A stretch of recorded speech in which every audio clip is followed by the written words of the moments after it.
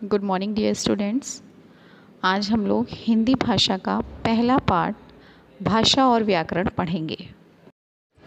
इस पार्ट में सबसे पहले हम ये जानेंगे कि आखिर भाषा होती क्या है, मीन्स भाषा क्या है। आइए देखते हैं भाषा की परिभाषा। वह माध्यम जिसके द्वारा मनुष्य अपने विचारों का आदान प्रदान करता है भाषा कहलाती है।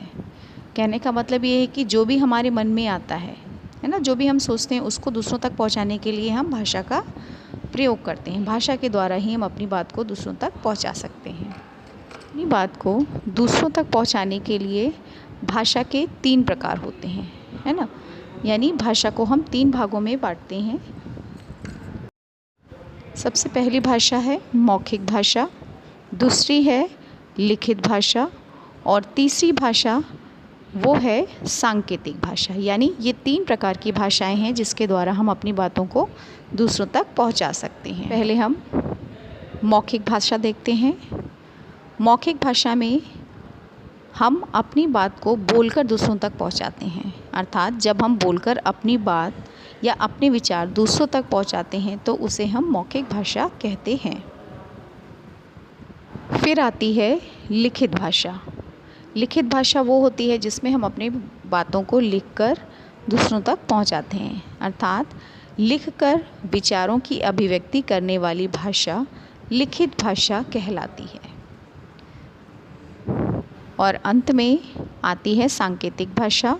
सांकेतिक भाषा में हम अपने भावों को और विचारों को संकेतों के द्वारा दूसरों तक पहुंचाते हैं, यानी इशारों के माध्यम से जो भी बात हम कहते हैं वो सांकेतिक भाषा कहलाती है।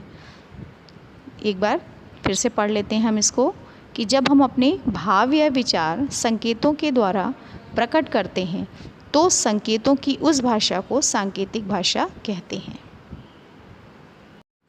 ये तो थे हमारे भाषा के प्रकार। अब हम जानते हैं कि लिपि क्या है।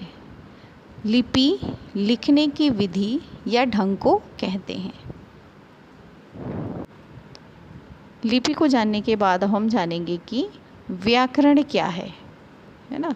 किसी भी भाषा को जब आप पढ़ते हैं तो उसकी व्याकरण आपको पढ़ाई जाती है। तो व्याकरण क्या है इसको हम जानेंगे। व्याकरण वह शास्त्र है जिसके द्वारा हम किसी भी भाषा को शुद्ध तथा व्यवस्थित रूप से लिखना, बोलना व पढ़ना सीखते हैं।